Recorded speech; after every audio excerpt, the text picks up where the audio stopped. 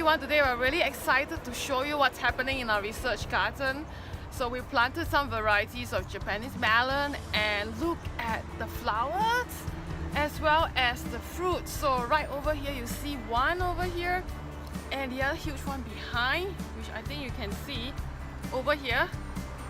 So these are really gorgeous. They are looking quite big now. So these are pollinated by natural pollinators, which are the bees, about probably a week plus ago. Just look at my palm. So they're getting really big, and we're going to protect the fruits soon because we have a lot of monkeys in our area. Look at how gorgeous they are. These are really getting really big and nice. So in commercial farming, we usually keep only one per plant. But we are really excited to just show you what's going on, and we're going to take a progress video probably in a week's time.